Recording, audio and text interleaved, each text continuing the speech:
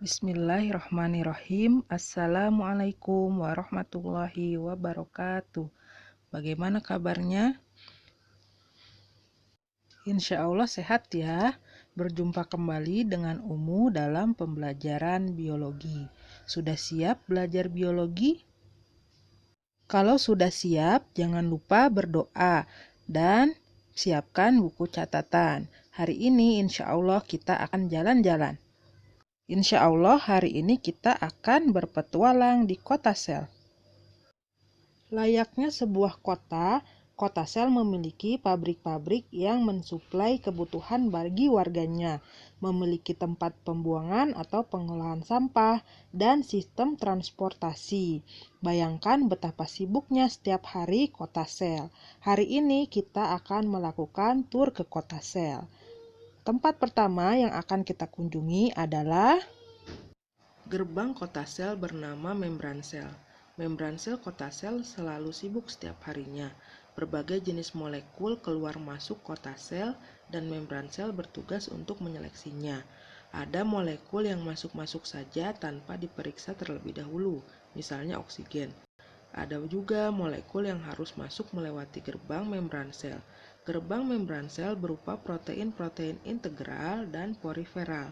Molekul yang masuk ke gerbang sel misalnya asam-asam amino. Selain itu, ada molekul yang selain harus diperiksa juga membutuhkan energi untuk masuk ke kota sel. Analoginya, molekul itu seperti warga asing yang mau masuk ke suatu negara, harus ada paspor. Oleh karena itu, membran sel bersifat selektif permeabel.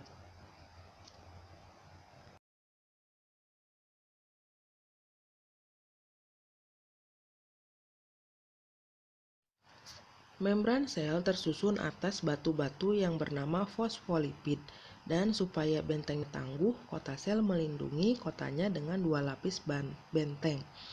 Jadinya, batu-batunya disebut fosfolipid bilayer. Fosfolipid bilayer ini tidak seperti batu bata penyusun rumah, tetapi seperti kelereng yang memiliki dua ekor. Ekornya ada dua, di kiri dan di kanan, dan transparan. Bayangkan sebuah kota yang memiliki labirin tembus pandang, dan labirin tembus pandang ini dua lapis. Labirin itu tersusun dari kelereng berekor dua lapis yang berbaris dan saling membelakangi. Bagian kepala bersifat hidrofilik atau suka air, dan bagian ekor bersifat hidrofobik atau benci air. Nah, kenapa suka air? Ya, dan kenapa benci air? Kita akan membahasnya di pertemuan selanjutnya. Berbeda dengan membran sel pada hewan, membran sel pada tumbuhan memiliki struktur yang lebih khusus karena memiliki dinding sel agar dapat berdiri dengan tegak dan kokoh, sehingga permukaan tumbuhan itu sangat keras karena memiliki dinding sel.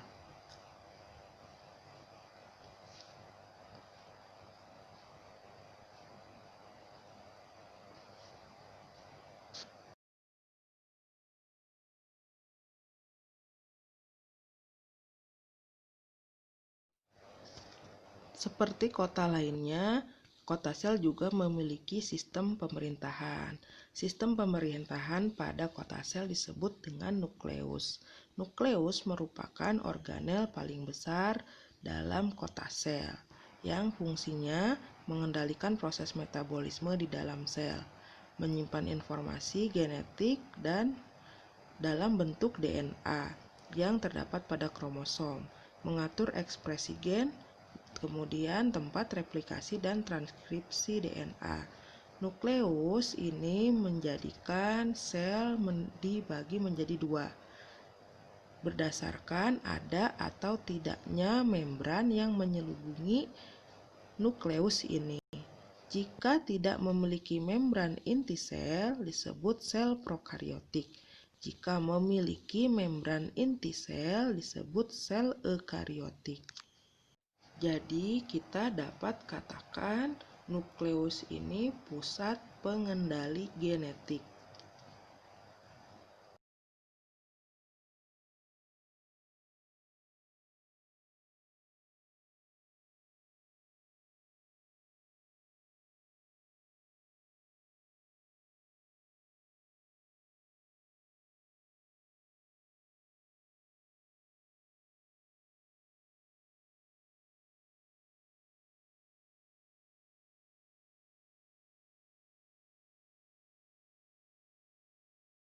Berbeda dengan jalan raya pada umumnya, jalan raya kota sel berupa cairan. Cairan tersebut bernama sitoplasma. Di sekitar sitoplasma terdapat berbagai macam organel. Sitoplasma berfungsi sebagai jalur transportasi. Kota sel juga memiliki pabrik untuk memenuhi kebutuhan warganya. Namanya retikulum endoplasma, merupakan pabrik yang mensuplai kebutuhan warga kota sel. RE mendapat perintah dari nukleus sebagai pusat pemerintahan. RE terbagi menjadi dua pabrik, yaitu RE kasar dan RE halus. Bedanya, RE kasar itu ditempeli ribosom, sedangkan RE halus tidak. RE kasar merupakan tempat ribosom mensintesis protein, dan RE halus merupakan pabrik yang mensintesis semua molekul selain protein, misalnya lipid, fosfolipid, dan steroid. Ibaratnya pabrik roti, RE dan ribosom itu pabrik yang menghasilkan tepung. Kemudian tepung itu diangkut oleh truk-truk yang super cepat ke pabrik selanjutnya, yaitu badan Golgi. Truk-truk tersebut awalnya bernama vesicula transport yang berasal dari perpanjangan RE. Kemudian berpisah dengan RE menjadi mikrosom. Nantinya mikrosom ini akan bersatu dengan membran pada badan Golgi.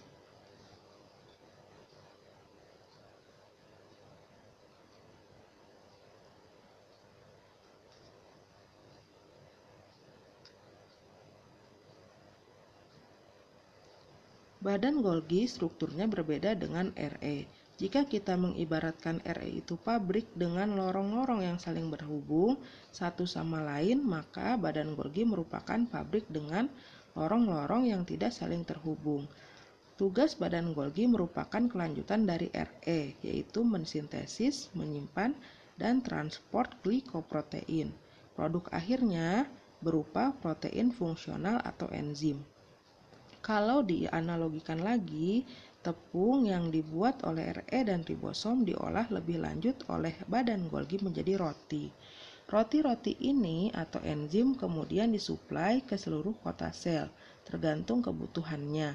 Enzim-enzim hasil kerjasama nukleus, ribosom, RE, vesikula, dan badan Golgi ini sangat penting dalam kehidupan sehari-hari. Misalnya enzim petialin, enzim lipase, dan banyak yang lainnya. Belum hormon dan kawan-kawan yang harus disintesis. Masya Allah, setiap detiknya seperti ini dan selalu berulang-ulang. Sibuk sekali ya kota sel setiap harinya.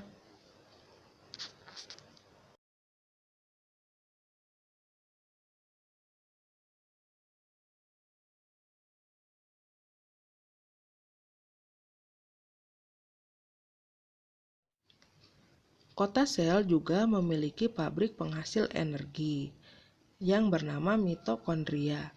Energi kimia yang terkandung dalam makanan diubah menjadi ATP yang disebut respirasi sel. Mitokondria juga punya dua lapis membran. Bedanya, membrannya bersifat permeabel bukan semi-permeabel seperti pada membran sel. Ini susunan dari bangunan mitokondria berurutan dari luar ke dalam. Ada membran luar, ruang antar membran, membran dalam, dan matrik mitokondria. Fungsi penting mitokondria sebagai pusat respirasi sel atau penyedia energi bagi sel, maka enzim-enzim yang terlibat pada proses respirasi disintesis sendiri dalam matriks mitokondria. Dengan kata lain, mitokondria memiliki genom atau kumpulan DNA tersendiri dan terpisah dari genom nukleus. Oleh karena itu, mitokondria menjadi distrik istimewa dalam kota sel.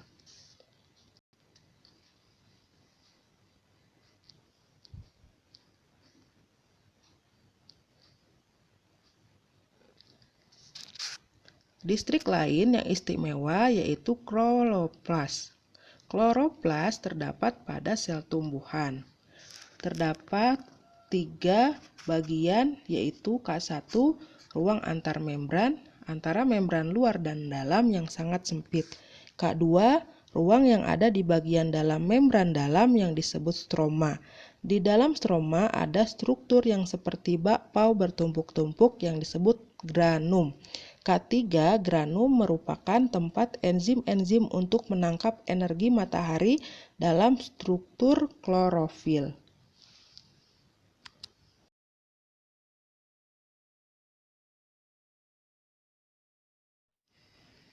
Layaknya sebuah kota, kota sel juga memiliki tempat sampah.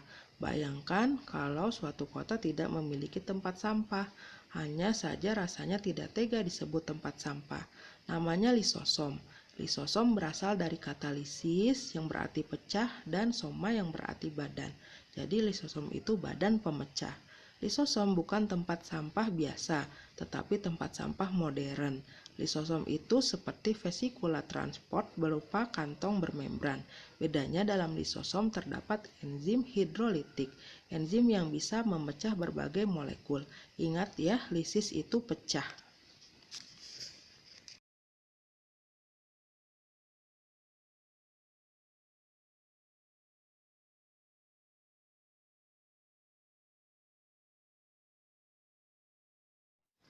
Lisosom membentuk kompartemensi dalam sel eukariot. Kompartemensi memungkinkan enzim-enzim bernilai penting dikemas sedemikian rupa dalam suatu kantong bermembran dalam sistem endomembran, seperti plastik yang membungkus roti-roti agar roti tersebut awet disimpan sebelum didistribusikan. Lisosom juga berfungsi sebagai organel pencerna. Lisosom nanti bekerja sama dengan vakuola makanan. Misalnya, vakuola makanan membawa protein dari luar sel. Protein tidak bisa dikonsumsi begitu saja oleh warga kota sel. Nah, lisosom bergabung dengan vakuola makanan mencerna protein tersebut menjadi asam-asam amino yang dapat digunakan oleh sel. Selain itu, mencerna partikel makanan, lisosom juga bertugas menghancurkan bakteri yang berhasil masuk ke sitoplasma. Sel apa yang kira-kira punya banyak lisosom? Ya, sel darah putih yang memakan bakteri yang berhasil masuk dalam cairan tubuh. Selanjutnya, lisosom juga berfungsi mendaur ulang organel sel yang sudah tidak berfungsi optimal. Salah satunya mencerna sel-sel selaput yang menyatukan jari-jari manusia pada masih embrio. Atau lisosom juga mencerna sel-sel ekor pada kecebong. Makanya kodok ekornya hilang. Kota sel juga memiliki gudang. Nah, gudang itu bernama vakuola. Vakuola ini seperti lisosom. Jadi, lisosom itu hanya ada pada sel hewan. Pada sel tumbuhan diganti dengan vakuola. Sel hewan itu punya vakuola dan lisosom. Sel tumbuhan hanya punya vakuola. Bentuk dan ukuran vakuola beragam. Salah satunya yaitu vakuola sentral yang berperan sebagai lisosom pada tumbuhan. Vakuola sentral berukuran besar dan berfungsi membantu pertumbuhan sel dan menyimpan senyawa kimia tertentu atau sisa produk metabolisme sel seperti pigmen dan racun. Nah, kalau ada tumbuhan beracun atau menghasilkan minyak atsiri, racun dan minyak atsiri itu disimpan di vakuola sentral. Ada yang tahu bagian tumbuhan mana yang penuh dengan vakuola besar-besar dan berisi pigmen? Ya, bagian bunga. Bunga berwarna merah, putih, ungu karena pigmen, dan pigmen itu terletak di dalam bagian vakuola. Terakhir adalah sitoskeleton. Sitoskeleton ini seperti halnya rangka pada tubuh manusia untuk mempertahankan bentuk sel, serta berkaitan dengan pembentukan sentriol, silia, dan flagel. Sitoskeleton itu terdiri dari mikrotubul dan mikrofilamen.